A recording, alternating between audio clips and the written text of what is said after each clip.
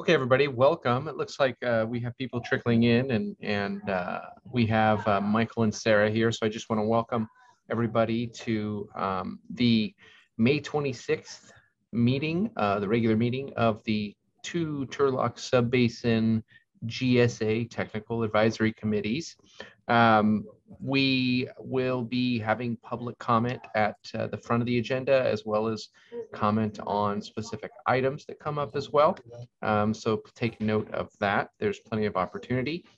We are recording this meeting and we'll post it onto our Turlock groundwater page on YouTube as soon as we can after the meeting concludes. And any meeting materials will be posted onto the site if there's any presentations that come on up. So with that being said, I will yield the floor to Michael for the West Turlock Subbasin GSA TAC and Sarah for the East Turlock Subbasin GSA TAC. And I will pull up the agenda for the participants. Thank you, Herb. Just so everybody knows, this is a joint meeting of the West Turlock Subbasin GSA Technical Advisory Committee and the East Turlock. We work these things together.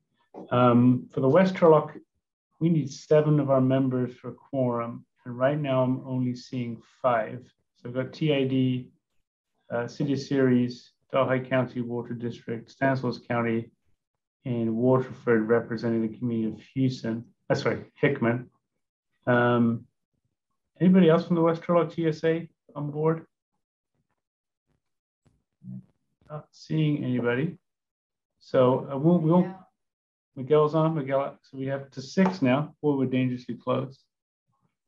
But Sarah, I'll hand over to you. You can call your side to order, and maybe we can bring ours to order when we get enough for a quorum. Okay. Thank you, Michael. Yes, I think for the East Turlock, we need 3, and I'm seeing 4 at the moment. I see Matt Beeman from Merced Irrigation District, Dennis Yatsua from Belika Cortez, and Christy McKinnon from Stanislaus, and myself. So with that, we have a quorum, and I call the meeting to order. Thanks, Sarah. And I'll keep an eye out for the West Turlock folks. And if we get to 7, we'll call our group to order. So for the West Turlock, as we stand so far, we won't take any action on it yet. We just got a new participant who joined from West Turlock. Adriel, well done, from Merced County. Sorry I'm late. Hey, no problem. We're just very glad to see you. Or I am. So with that, we have a quorum of the West Turlock Subbasin GSA. So at 2:03 p.m., I call the West Turlock to order as well. Moving on to our first item, which is number 3, public participation. This is the time set aside in the agenda for members of the public to directly address the technical advisory committees on any item of interest to the public that is within the subject matter jurisdiction of the TAC. And you can bring up general comments now or wait until there's an item on the agenda you want to address. We don't mind, we'll do it either way. So with that, is there any public participation?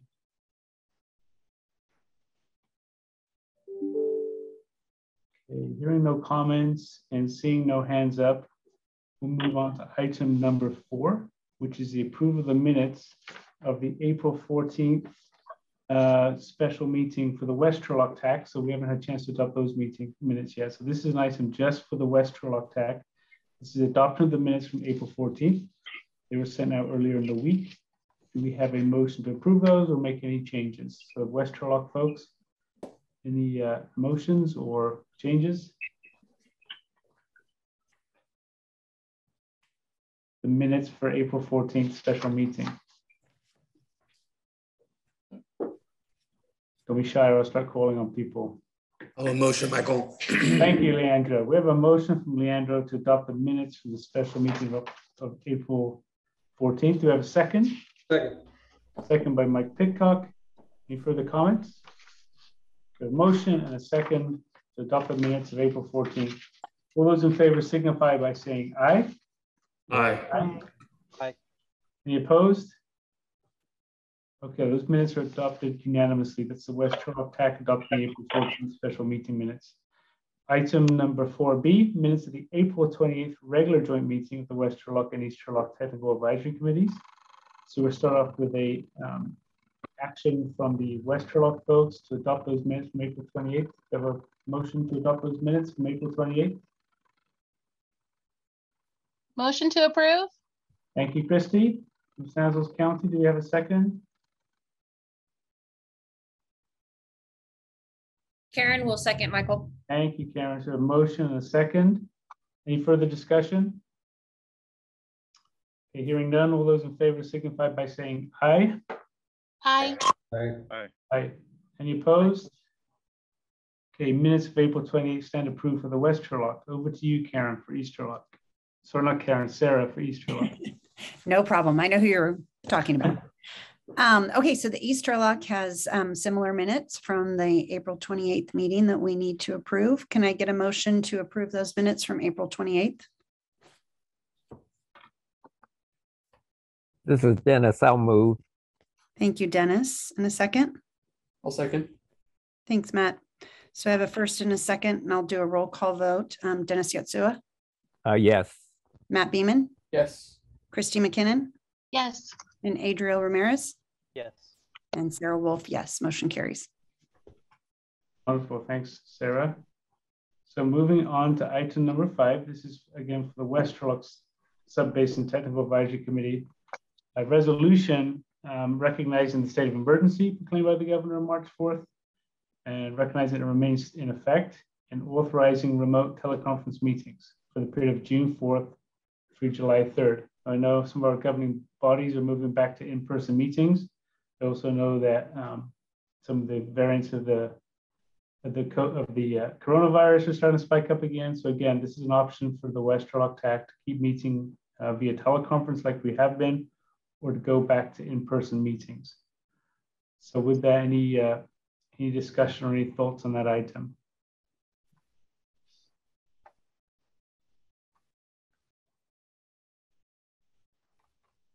And Michael, I would just offer that East Turlock passed this resolution earlier in the day at their general board meeting for the full ETS GSA. So we've done the same. So you're going to stick with teleconference meetings for the next month for the East Turlock? Correct. Okay. So again, what's the pleasure of the West Turlock folks? Stay with remote meetings, which tend to be better attended, or go back to in-person meetings? What's the pleasure? Well, from Hickman's perspective, I would prefer to stay remote just because it's simple and makes able to make all the meetings that way. I'll make that a motion, Mike. Sure, I'll make a motion. I will second. I will Okay. second, Michael. Okay, so we have a motion from Hickman, second from Delhi. Any further discussion? So this is a resolution recognizing the state of emergency and continue to meet as via teleconference from June 4th through July 3rd. Okay, I'll call for the vote. All those in favor signify by saying aye. Aye. Chair Cook, with it being a resolution, if you're okay with it, I'll go ahead and do a roll call vote of your members. Absolutely, Madam Clerk. Always sounds more important. Okay, so we have, as is a resolution, I'm sorry, I forgot we did do a roll call vote. So Jennifer, would you call a roll, please? Very good, thank you. Member Alvarez? Yes. Member Maldonado? Yes. Member McKinnon? Yes. Member Montalbano? Yes. Member Pitcock? Yes. Member Ramirez? Yes. Member Velasquez? Yes. Vice Chair Morgan? Yes. And Chair Cook. Aye. Okay, so that resolution stands approved unanimously. Thanks, everybody. So we'll stay on Zoom for a while longer. Okay, moving on to item number 6. This is letters of support. And is Karen, you doing this one, or Debbie? Karen, I'll hand it over to you. Thank you. So for the first one, if you remember last month, I talked to you about not having quite enough time to ask the TAC to write a letter of support for the Lateral 6 project. This letter of support is to ask the Bureau of Reclamation for the Turlock Irrigation District grant application for a Water Smart small scale water efficiency program for the Lateral 6 water quality control structure project. So we're just coming back to you and asking for a recommended action by the West Turlock GSA. So I'm just looking for a motion from the group for support for this. make a motion, Karen. Okay. Melissa. I can second that. Okay, is there any further comments or discussion? Those in favor signify by saying aye. Aye. All those not in favor signify by saying nay. Okay, the motion carries. So thank you. We'll ratify the letter reflecting this. There's also another letter of support that's being asked of the TAC for the lateral 6 project, which is, have a little description here. TID proposes to modify the water quality or the water control structure at the end of lateral 6. The facility is more than 80 years old and still utilizes technology from that time period, which was designed to prioritize canal water levels and irrigation service over water conservation. As a result, the existing structure leaks a significant amount of water, which flows unused in TID's Nielsen drain. TID proposes to modify this existing structure by installing a water efficient Rubicon flume gate system, which will serve an estimated 150 acre per year of water. It will save 150 acre year of water. So we're just looking to have support for another grant application. So if anybody's willing to motion. Motion to approve. Second. Thank you. So all those in favor, please signify by saying aye if there's no other comment or discussion. Aye. Aye. Aye. All those opposed? Okay, motion carries. Thank you very much. Looks like it's off to Michael Clipper. Yeah, so thanks, Karen. Thanks everybody for the support for TID's water conservation project. We do appreciate that. So over to item number 7, budget update. Michael Clipper and Sarah Wolf, West and East Turlock GSAs. Thank you. The West Turlock had, starting April 1st, $186,173.32. We had one check for $7 and ended the month with $186,166.32. Moving on to the basin account, we started out the month of April with $553,538.84. No checks were cashed. We kind of tend to batch them a little bit, so they come when everything is all said and done, a kind of a 2-month cycle. And then there was no checks cashed, so we ended with $553,538.84. Any questions? Any questions for Michael on the budget update? Doesn't sound like it, Michael. Thank you for your report. Over to you, Sarah. Thank you. For the East Turlock account in April, the end of April, we had a total of $138,194.01. We just approved today to pay the bills in the total amount of $72,901.80, leaving us with a balance at the end of May of $61,292.21. And additionally, today at the ETS GSA board meeting, we approved our 22-23 budget and adopted that today for starting July 1, 2022. And that's all I have. Thank you, Sarah. Good news on the budget adoption. So thanks for the update. Okay, moving on to item number 8, data management system. Karen, do you want to introduce Sean? Sure. Okay. So what we've brought for you today is a presentation on data management, a data management system. So just so you're all aware, there's no specific requirement in the GSP that we have a detailed data management system, but we did indicate in the GSP that we would consider improving this over time. Over the coming years, as we begin to implement the GSP, we should consider the data that we have and what we think we'll need for this data management system if we do decide to go that way. These choices will be informed by the GSP implementation and the programs as we develop them. and data management systems might be different for both of the GSAs in the group. So I've brought MMS Mobile here today to look at their data management system. They've been doing some work with other GSAs in our region, and he'd offered his services for this GSA. So I've got Sean Dingham from Mobile MMS. Are you ready, Sean? Yes, I am, as soon as I unmuted myself. My name's Sean Dingman, and I'm from a company called WebSoft Developers.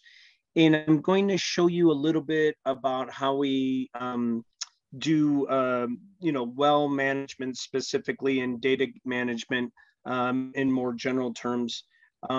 Our software is a low-code platform that allows us, and Michael, can I ask you a favor? Would you mind stop sharing so I can share?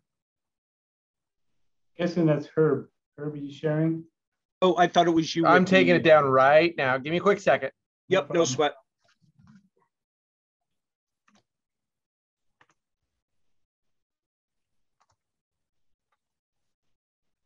Okay, can you see my screen now? Yes.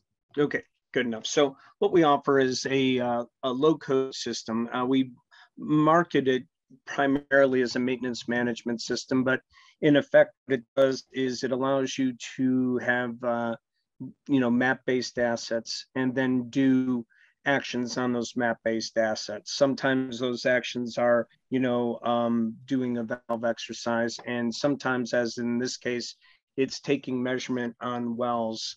Karen sent me over some data, some real simple data just for this demonstration that showed elevation levels, but the information that we can collect includes, all kinds of analytes.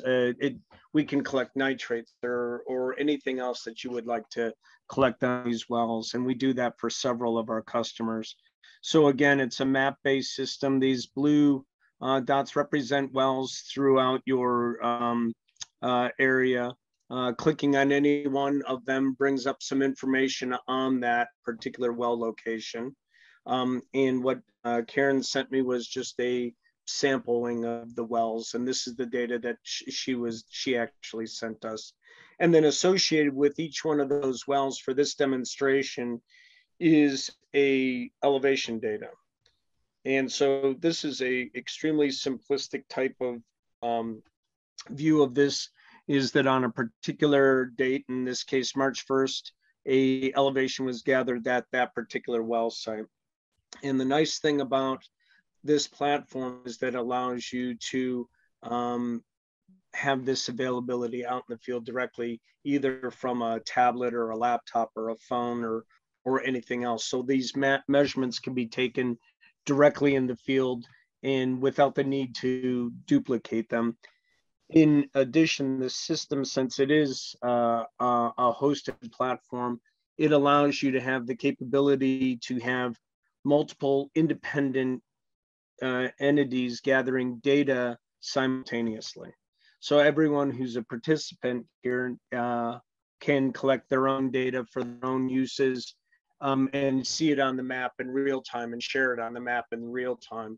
And then whoever would like to see a report on the entire aggregate of data can simply hit a report icon and show a report. And this is really similar to what Karen gave us, is a report that shows all of the information on all of the different wells and the groundwater elevation for those things. So this shows, for example, each well and the difference in the elevation reading between November of last year and March of this year. So this is a real simple example. I usually like showing simple examples, and then we can discuss if it's something that we, can we add this, can we do that? We usually have that discussion. But before I do that, I wanted to show you what we do for YOLO. Subbasin Groundwater Agency. They've been our customer for, I don't know, could be 10 years now, but it's at least a solid 8. And what we do is this is a public facing map of all of their wells that they have. And so these, they come in different flavors, obviously, for them.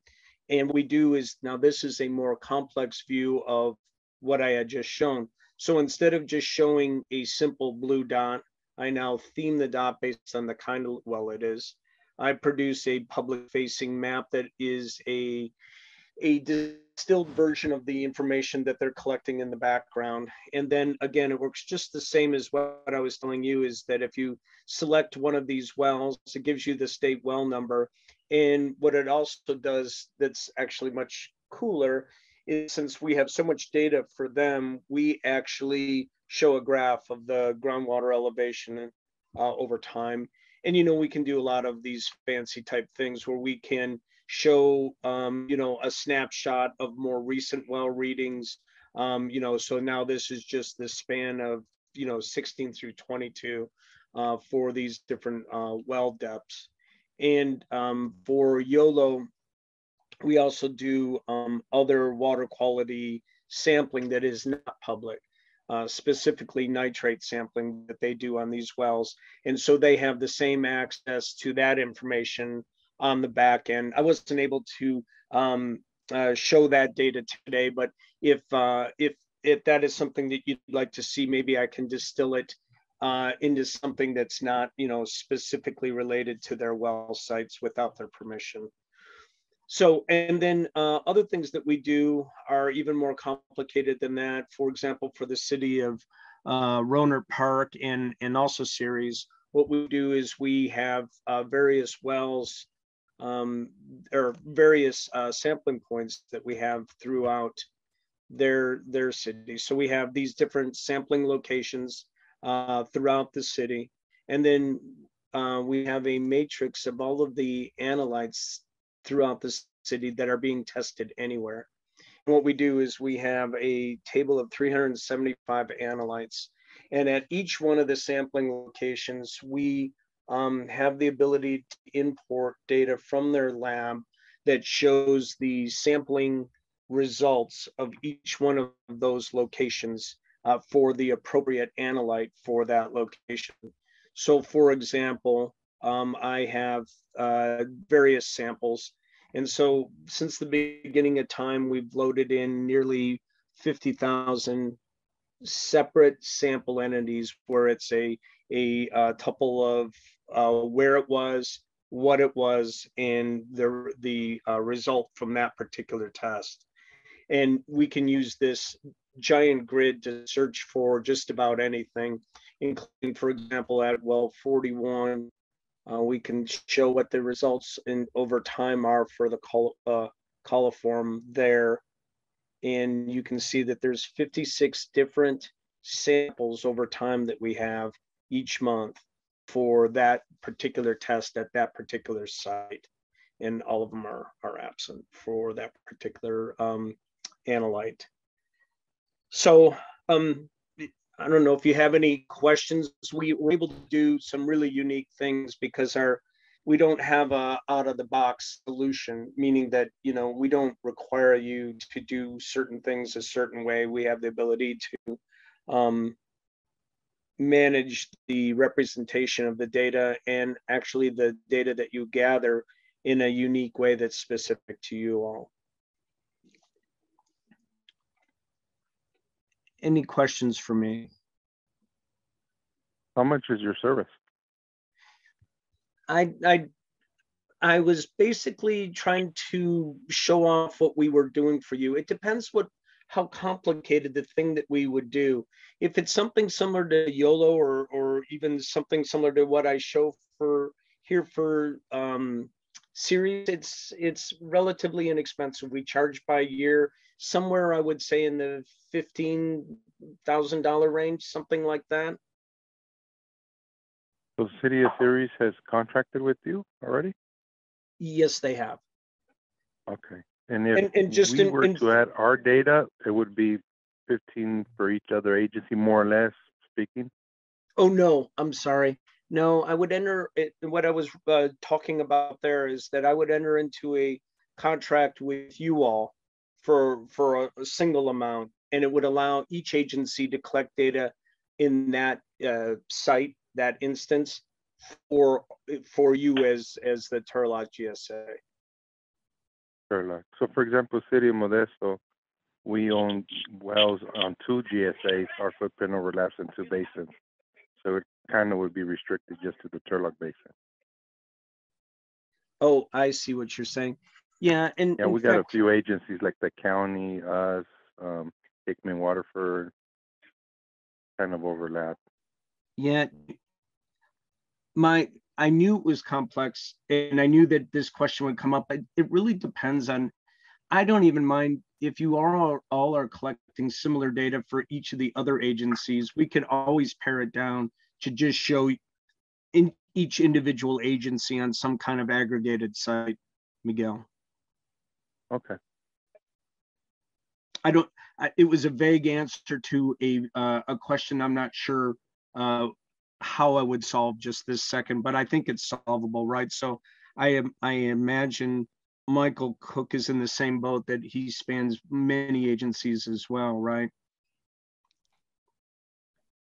Yeah, so I guess, Sean, the question is, how do we set this up just for the GSA? Do we just have GSA data, the monitoring network we have, or do we expand it to include other agencies to have information that's maybe not necessarily essential to Sigma compliance?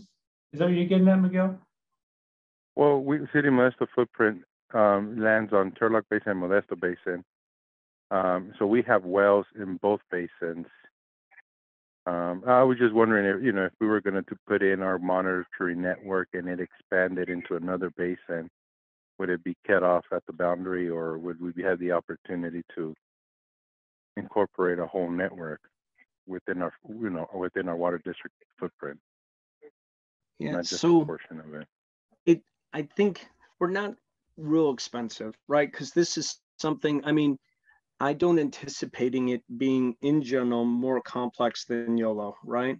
So I think as long as that everyone has the ability to say, okay, I don't mind seeing Modesto's other information, as long as I can pare it down to what I care about as the Turlock GSA, I have no problem at all. And if they would rather keep it separate, then I think, Miguel, you and I, or Michael Cook and I, can just work something out that's fairly inexpensive to do some kind of cross-platform sharing with different instances.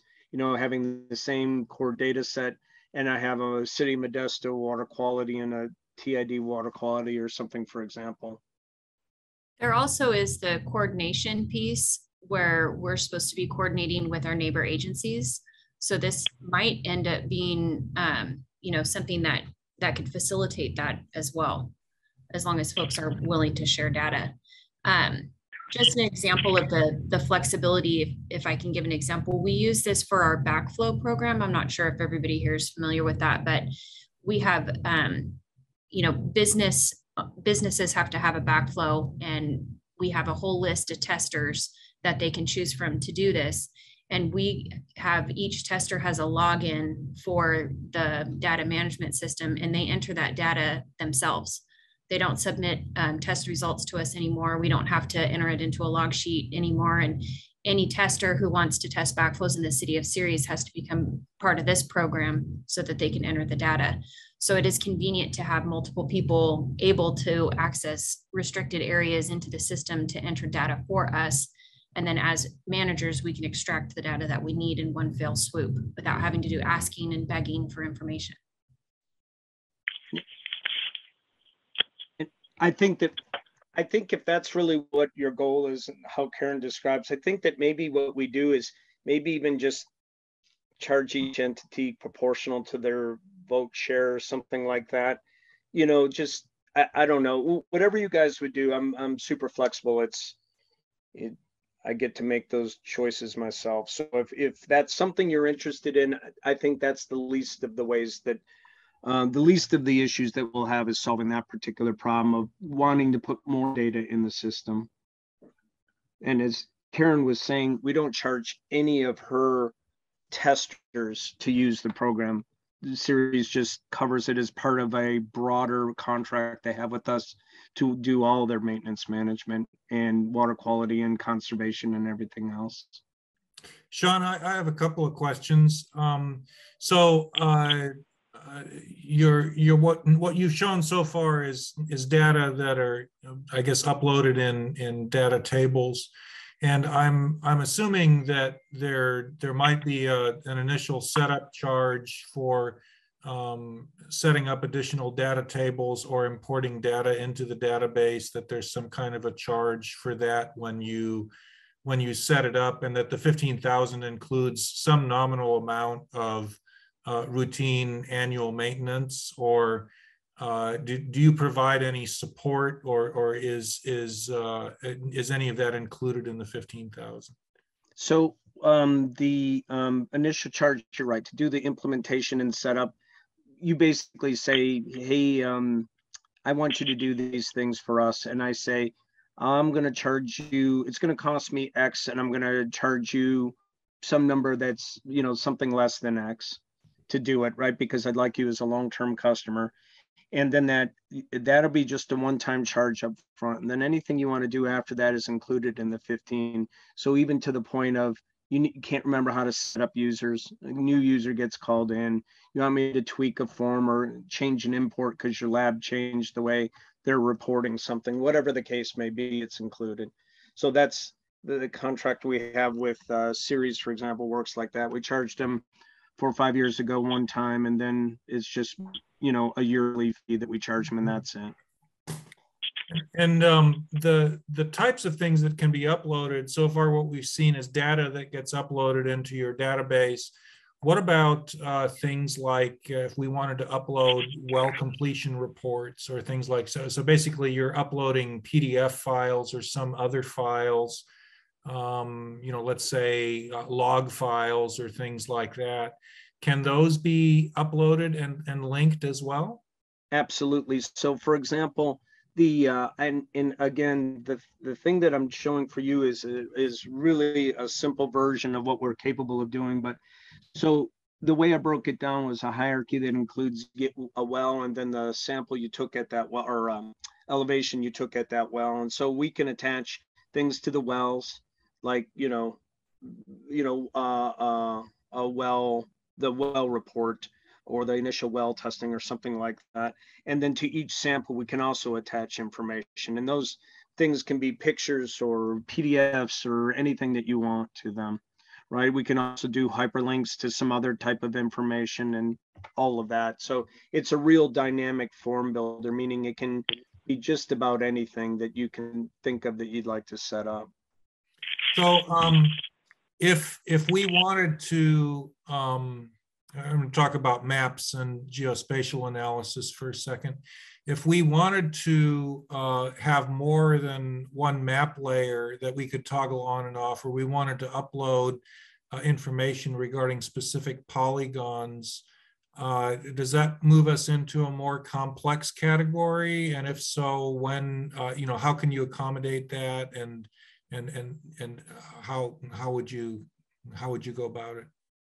So usually I try to figure out that up front. And one of our customers that is a more recent customer is the Valley Water Collaborative. They provide clean drinking water to nitrate impacted homes throughout this same type of area, right? Not exactly, but in the same type of area. And what we did with them is that these are different GIS layers that we added to their particular map view. They included a variety of sources and a variety of things, including heat maps of nitrate concentration levels and the outlines of water districts and the other things that are on this map. So, oops, sorry. And so we can add all different types of GIS layers.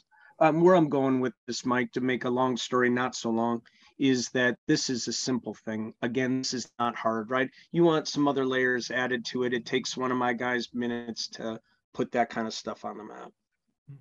Okay, and if we wanted to use your service as a sort of shared GIS layer library where all the constituents can get to the same GIS library without having to build it for themselves, would this be the appropriate platform for doing that, or is this something different?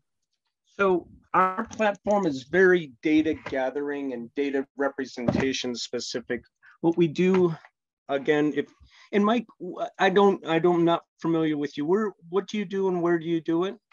So I'm the general manager for the East Turlock Subbasin Groundwater Sustainability Agency. So we're we share the subbasin and we share the GSP implementation. So we collaborate on the overall management, and some things we do each GSA does for itself. And where it makes more sense to collaborate, then we collaborate on that. So, and data management systems is one area where it may make sense for us to collaborate and share a system. Okay, fair enough. So this platform is using Esri's more friendly, kind of whiz-bangy tool, and we host this for YOLO. And I think that if you were trying to use more of a collaborative GIS viewing tool that aggregated some of the data without the overhead of maybe, kind of this hierarchical sampling thing, this is a nice platform. And this is part of what we offer to our customers, not only the data gatherer piece that I was showing you with Series and the coliform, for example, but also this as a tool to, whether it be public or internal facing, to represent the data and share GIS layers and share different information across the two agencies. Okay, so what we would probably do is decide on a finite set of GIS layers that we think are important for this particular function, and maybe include those, but not necessarily use it as like an exhaustive or complete GIS file library. It sounds like it's probably not really made for that.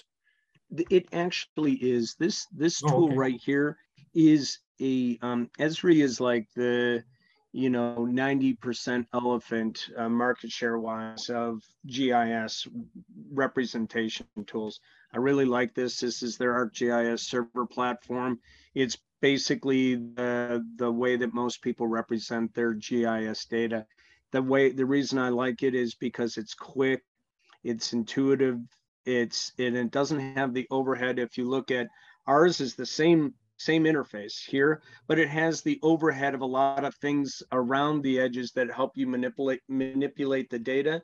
Here, if you're just trying to view the data, I find this a much more pleasing environment to see the data, but the GIS thing is exactly the same in both environments. So I could add Hickman and Turlock and Series and Waterford and put all of their GIS layers on here, all their wells or whatever you'd want to see in a single platform here, and allow you to turn them on and off at whatever your discretion would be.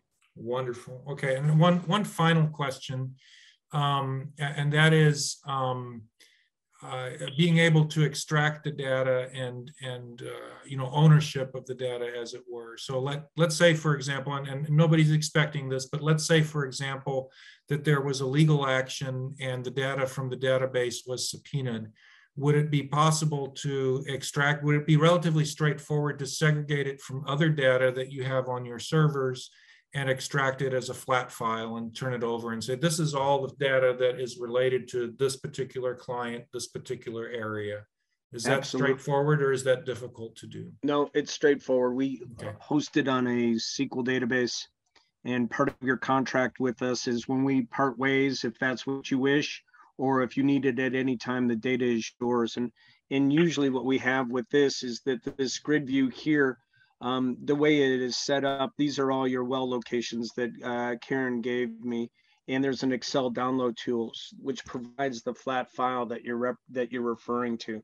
So if worst came to worst, you could literally, it doesn't have all the niceties of the report that I showed you, but it does have the incomplete flat file of both the hierarchy representation of the wells themselves and the groundwater elevation as it was collected. So my guy's name is James Beggs. So that's why it says his name here, but whoever was actually collecting it in the field, it would have their name. So it's not only the data that was represented in there, but also the metadata of who collected it, when they were collected, all that kind of thing. Okay. Thank you. Yep, you're welcome. Thanks. Those are really good questions. And one more little thing, we use it for our fleet services as a budgetary tool. It's so versatile. That's my last sales pitch for the program. So one question. You mentioned that YOLO has a public facing thing, but can you have this combination of public facing information? So maybe you want to share what the water levels are for people to go to and look at on our website or something like that. And then could you also have not public facing data in the same system? Yeah, absolutely. So this is exactly YOLO that I was showing before, right? So this URL that I showed, because Karen wanted to make sure that everything I showed, I showed series because Karen said it was okay, but everything else that I showed was public only, right? So this URL, I did not log into it. It's just public facing. But this URL here is their representation of the data that's actually being collected, including the nitrate data, which is not part of what I was showing you, right? So this is the nitrate data here is completely relegated to their own thing. So they, you can have both. Yes, it would be a login version of that GIS that you would have your own login for, right? And then there would be the public facing, not logged in. So like we do the same thing for Paradise Irrigation District, right? So we are managing all of their water meter replacements up there. And we show really high level what pipes are producing drinkable water. And then for them, they're showing when are they going to put in a new meter there? When are the backflows being installed? Who's responsible? What were the actual tests, right? Where we just aggregated the data for the public. And if you'd like to see that, I don't have it. I always struggle to find where the public site is, but if you'd like to see it, I'll spend a minute to find it. No, that's okay. I just wanted to, we're kind of just starting this process of talking about data management because we just adopted our GSP. I don't know if Karen shared all of this with you. So this is great to kind of see what other people are doing. But I do think we're going to have to talk amongst ourselves and figure out what do we need, and what do we want? And I think it's probably something that would grow over time as we develop. I agree. I know. Yeah. So, I've been doing this a long time. Anything this complex is not easy, right? So especially when you're doing it from the ground up, it's not like you've been, managing backflows or exercising valves for the last 50 years, right? And this is just a nominal change. This is a big deal. So I'm here for the long haul, and then physically I'm only an hour from you all, maybe just a little bit more. So even if you want to do something in person, we could go out and do, some well testing so you could see it live on a tablet or phone. I have no problem doing that kind of stuff either. Sean, just I thought of another question, which is some of these databases incorporate a couple of other things in them, such as the ability to set up workflows. So for example, a workflow is set up for collecting field data, and it automatically, after the field data is input, it moves on to the next box in the workflow, which is that the person who's assigned to check it checks it, and then it goes on to the next part of the work. And there's automatic notifications as to what part of the workflow is triggered. Does this database include that kind of option if one wanted to exercise it? Absolutely. Yep. So we we do this so and again, I don't think that I know exactly how you would do it, but at the beginning of a particular sampling period, I could notify each of the data recorders that they have to go collect these 6 wells for elevation, let's just say at the very least. And then once they did that, then it could up level to the next person in order to verify that the data was input correctly and that there was no errors. And then, or we could do an automated thing where it could compare it, and within a reasonable variation, it could just accept the data. And then those that were outside of that variation, it could escalate it to whatever the escalating party is, right? Okay. So if it had more than a 10% elevation change, we could, escalate it if we wanted to. We have a full workflow management backend that facilitates all of this. The data validation, the escalation, the completion, the locking of records, the archiving of historical data, all of that. Okay, very good. John, I have a question. Sorry, Mike. Yeah. Do you want to go, Mike? No, I've gone so much, Karen. Just go ahead. So we have our monitoring wells have specific levels that have like triggers on them. So if we fall below a certain point, then it means we're in violation. So can you set those up for each well so that we could be notified that that water level puts us into, our out of compliance area? Yeah, so when we're doing this setup, and again, I just loaded the data, and again, I don't know very well exactly how you guys will do it, but one of the other fields that we could add here is the low level trigger, right? And part of that thing I was talking about with Mike is that I would compare that data that you took with the low level trigger and do something when that happened, whatever that something may be. Notify Email somebody. Debbie. Pardon me? Email Debbie. Email Debbie, Karen, Michael, call everyone, right? Yeah, so we absolutely that. And not only that, but we could do the text notification too, or, we also have just inline notifications. So the next time you logged in, it would show that you have a notification, all of that type of stuff we can do in an automated way. And we don't have to do it all at the beginning, right? I think the nice thing about our platform is it's organic, right? So we can start here and, do a successive approximation towards the end goal, right? We don't have to predict what the end goal is going to be right at the onset. We can move in, measured steps towards that point where we know exactly what we want to be when we grow up. John, I had one final question, and that is some of these databases that I've seen also incorporate a document management module that allows you to, let's say that we wanted to upload a library of documents. And, that could either be done in some kind of directory structure, or some actually allow you to enter and code in your documents using keywords. Some document management systems will actually search your documents for keywords. Can you incorporate document management into this, or have you done so? And if so, what can you tell us about it? Yeah, so we do document management for almost all of our customers in one way or another. Sometimes they have just a library. In fact, it basically is broken down by, we create a form that represents those fields and attributes for each one of the documents they have so that they can easily search for them. We do Google-like searching on the documents. So we can, if you're looking for a document, you can choose whether to look for that keyword within the attributes that you set up that I just explained, or within the entire text of that particular PDF, for example.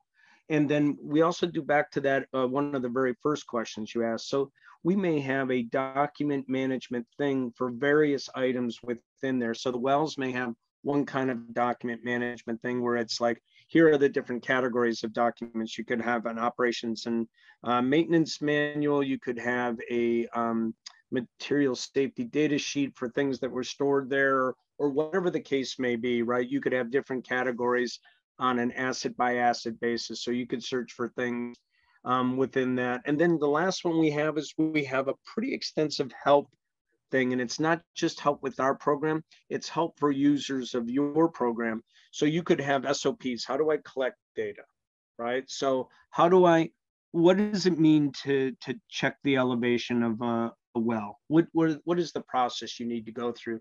So we could have a case by case basis where you could attach SOPs as help documents to particular activities that you perform on an asset within the system. Thank you.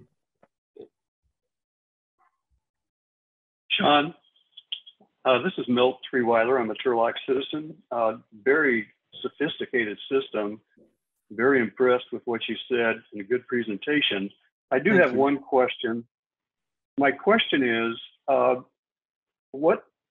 is there any need for cybersecurity on this kind of information? I mean, could people go into the system and if they wanted, let's say they had a nitrate level that was actually measuring too high, they couldn't go in and change it to where it was at a level where it would be okay or normal. Is that some way you can, is there cyber security on this system, or that's my question? Yeah, okay. So there's a couple things, right? So the first thing is, although I just kind of flipped between a whole bunch of different things, I am logged in personally to all of them, right? And in order to even use the system, you would have to log in, and it has the features of a normal, if Microsoft style login, right? You can enforce the password strength, you can enforce the password change rules, all of that within our system. And then the last thing, I don't have it right here, but okay, how about this? I'm going to change, because this is all fake data. I'm going to change this to 56.80 feet. Okay. So you're like, man, that's kind of risky, right? Because someone, like you said, could change that to, change it on the fly and you would never know. So here, what this does now is it shows that this groundwater elevation is 56.8. But when I look at it, it shows my guy, James, created this from the data that Karen provided. And then it shows that I changed the data here. It's part of that metadata thing that I was talking about before. So not only does it make sure that only authorized users are here, but it makes sure that every single time anyone changed anything, it's tracked within the system.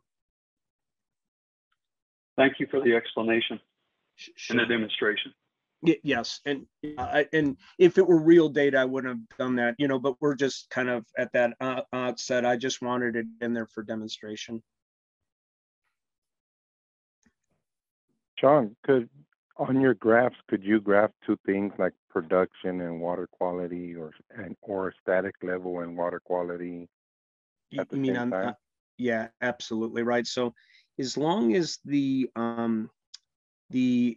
information here on both axes, or on pretty much on just this axis plus the well number were the same, then I could graph as many of the attributes as you wanted for that particular reading. So if you read a few different things on a few different days, then I can graph all of that information here.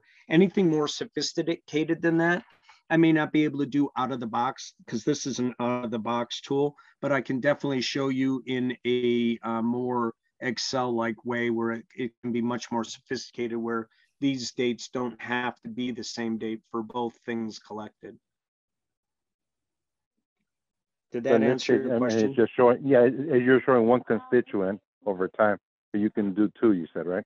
I can do as many constituents as you would like to show over time, as long as the time scale was the same, the dates were the same.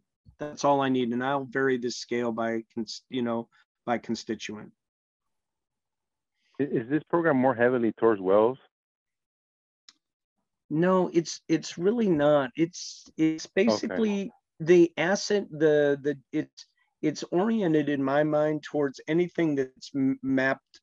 Can be mapped. Could be a pipe, like a water main, or a well or a backflow like Karen was saying, or anything else, right? So it tends to be some kind of asset and something you do on that asset. In this case, it's a well and a depth, but it could be anything.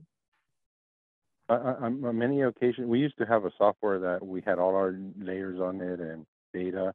Is there any way we can give, like, say, if I had a consultant working on a project, that I can hand them a link to mine where he can download the data and maybe even the GIS layers?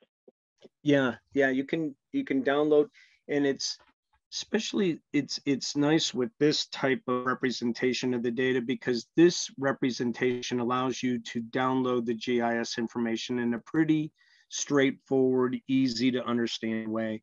This is exactly what we do with Paradise's internal facing system.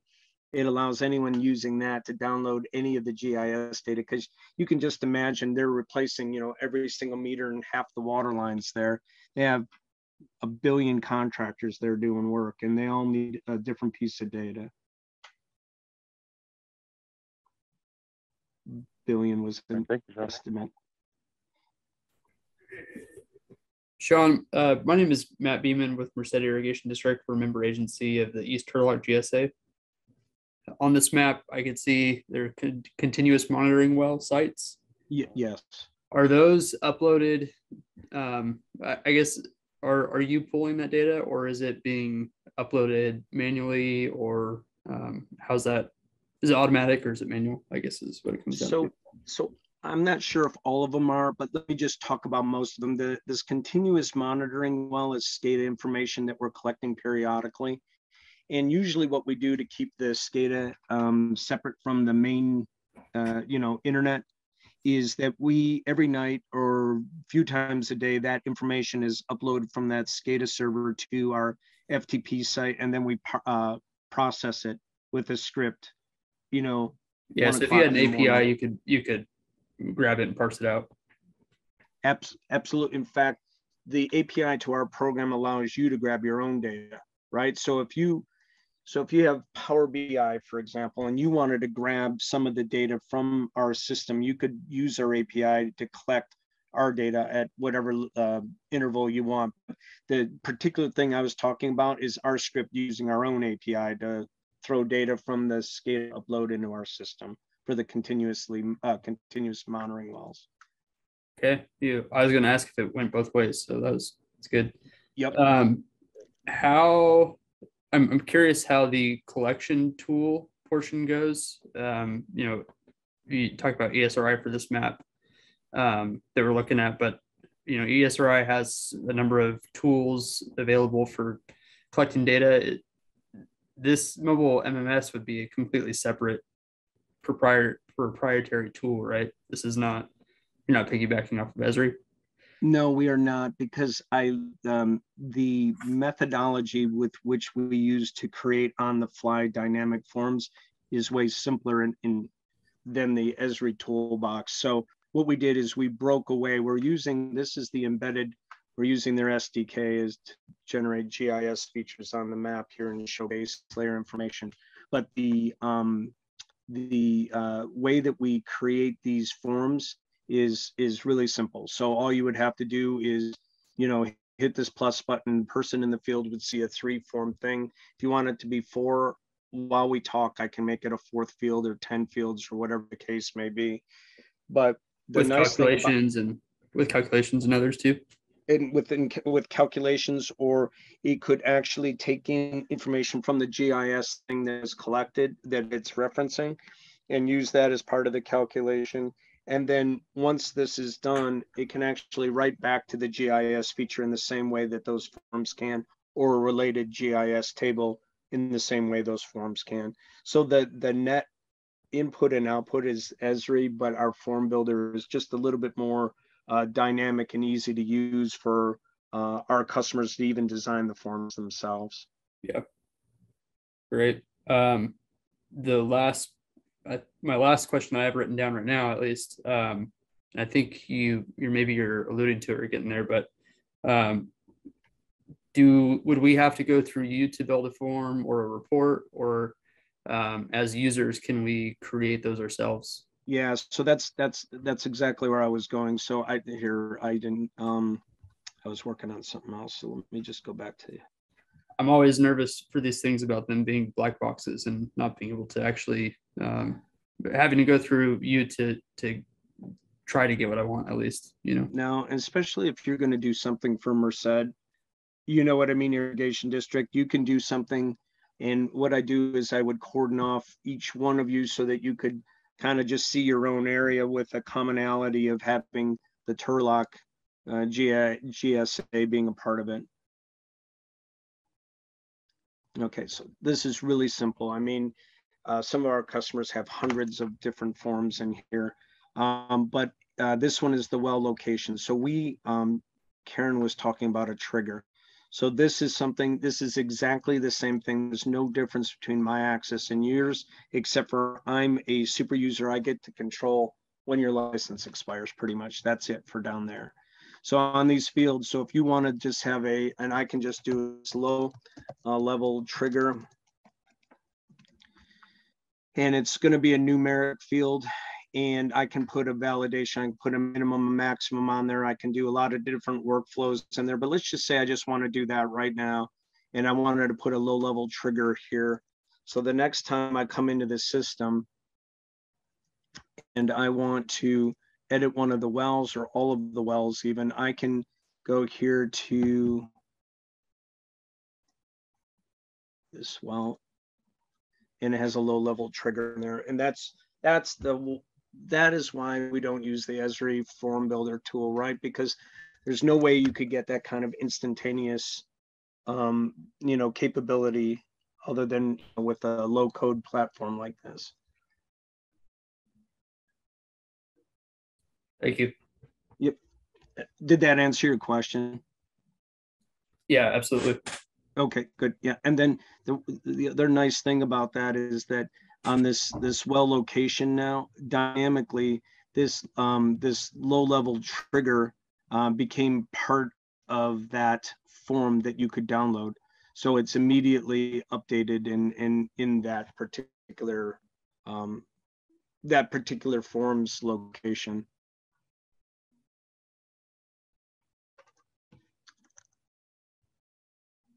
I think I hijacked your meeting, by the way. Hey, Sean, they keep asking you questions, so it's all good. It's when you like any questions and it's dead silent, and you bombed. Right? I know it. I know exactly, right? So, and I had suggested to Karen and back to the original thing I think Mike was talking about is that I don't expect anything to happen rapidly, and I believe that you guys are going to go mull it over with me off the phone.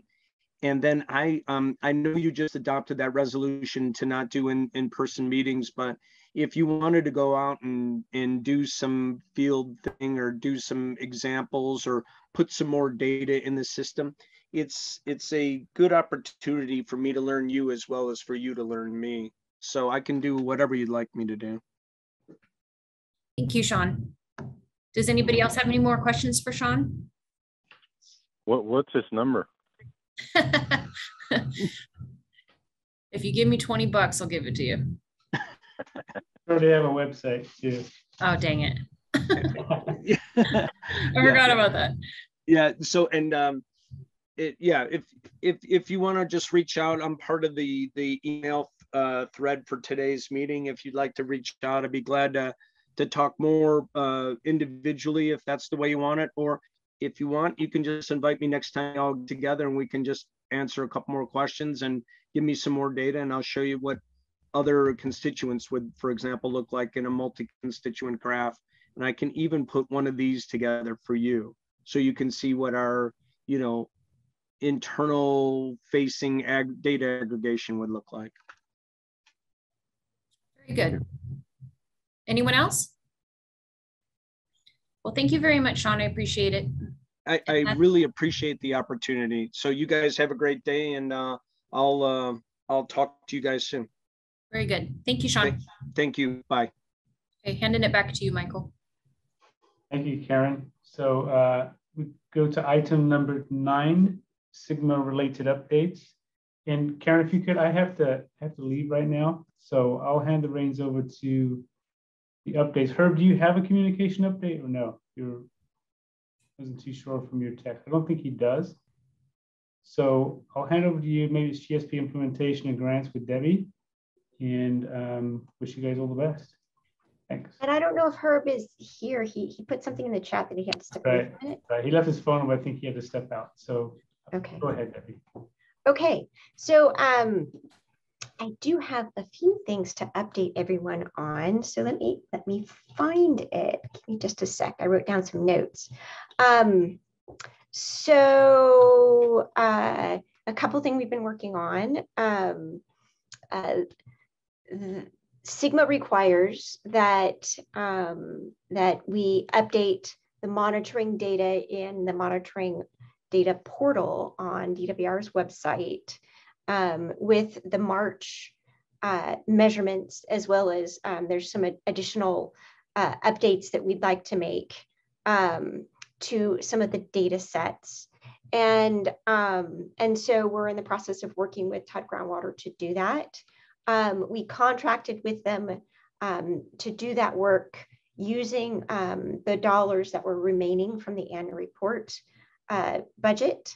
So it's within the budget that we have currently for this fiscal year. And so that's moving forward and should be done by June 15th because I leave for vacation on the 16th. So Todd Groundwater is working to get all that completed before I leave. And it's just a couple weeks before it's due to DWR on the 1st of July, I believe. And then a couple other things with respect to grants.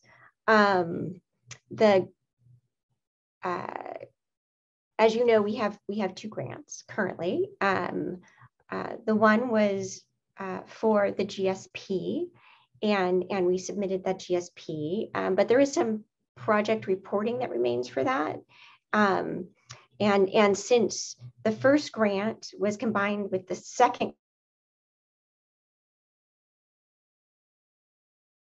is completed. So let's talk a little bit about the second grant. If you recall, we had 3 specific projects. And I'm getting a note saying my internet connection was unstable, so hopefully you can still hear me. 3 projects, 2 of them are essentially completed. The GRAT tool and then the monitoring well installation. We are still working on the report for the monitoring well installation. That should be finished up here soon. The last project was the programmatic EIR, the draft programmatic EIR. If you recall, we funded this project through the draft, and then with joint GSA funding, we were planning on completing the final PEIR next year. As we were looking at the budget, we found that there is that the PEIR is coming in much lower cost than we had initially anticipated, which is not a bad problem to have. And so we're working with DWR to add additional tasks to the grant and extend the grant into April of next year. So the plan is to fund the final PEIR, fund additional work that we've been talking about to identify locations and do a preliminary design and to develop bid documents for monitoring wells that are needed within the subbasin along the rivers and on the western side of the subbasin to meet our monitoring needs. And then we can be shovel ready in a sense for installing those wells and apply for grant funding for the installation of the wells. And so that's the plan. I plan on, I've been working with East Side folks to coordinate that effort and keep everybody engaged.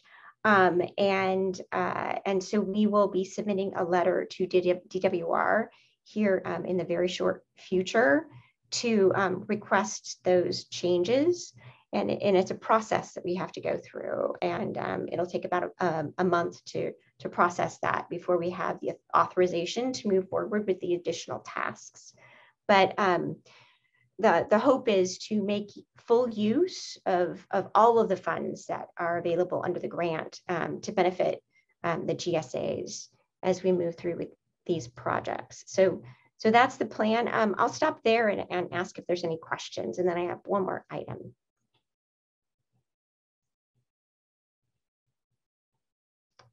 Okay, great.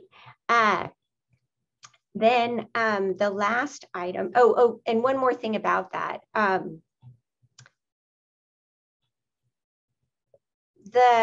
do I say this? The final PEIR, the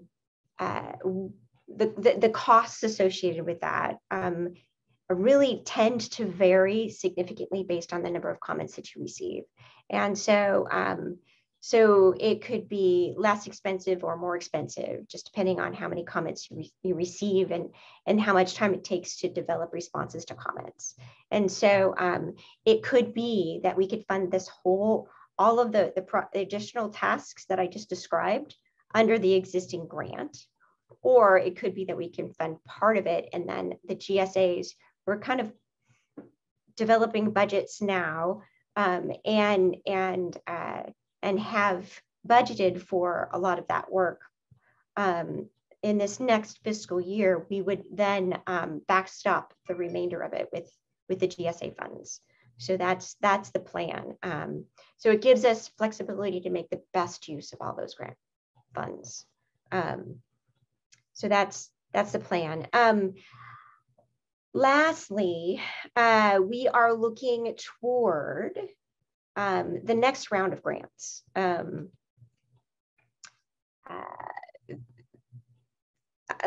I said, with the monitoring wells, we plan to include that in the next round of grants to install them. But there's likely other projects that need to be considered and included into that grant. The grant is set up so that it's a basin-wide grant, and you could apply for a minimum of $1 million to, I think, up to $10 million. Don't quote me on that, but we're going to be working through in the coming months, identifying what projects we should include into that grant. The GSAs have budgeted for assistance from Todd Groundwater to prepare that grant proposal. And so in July, we'll be contracting with them. I'm getting a scope of work from them soon so that we can then contract and move forward with pulling together that application and information. If you recall, in the past grant funding processes, we started early so that when the PSP was actually issued, we were ready to hit the ground running and put it all together, because there's a lot of stuff engaged. And then we'll also be looking for letters of support and those types of things as well, and that takes quite a bit of time. So we want to be prepared to do that so that this subbasin is in the best position to benefit from the grant funding that's available. In talking to DWR, I don't know when the next funding cycle may be available. And so this is our best shot right now at the next amount of money that might be available from grant funding to move projects forward. So that's all I had for you today. I'd be happy to answer any questions anyone has.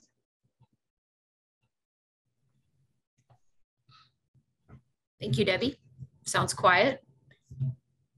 Thanks, Karen. So our next regular meeting is scheduled for Thursday, June 23rd, 2020. Is there anything that anybody else has to say today? If not, I will look for a motion to adjourn. Motion to adjourn? Thank you. Second. Thank you. Okay, so all of those in favor of adjourning this meeting, say aye. Aye. Aye. Any that do not favor, say nay. Motion carries at 3:15. We're adjourned. Sarah? Thank you. And I likewise would like to adjourn the East Turlock TAC. Can I get a motion for that? I'll make the motion. Thanks, Matt. Second. I'll second, Dennis. Thanks, Dennis. I'll take that. And then I will do a quick roll call. Matt, Yes. Dennis, Yes. Christy, Yes. Adriel, Yes. and Sarah, yes. Motion carries. And the East Turlock is adjourned as well at 3:15. Have a good long weekend, everyone.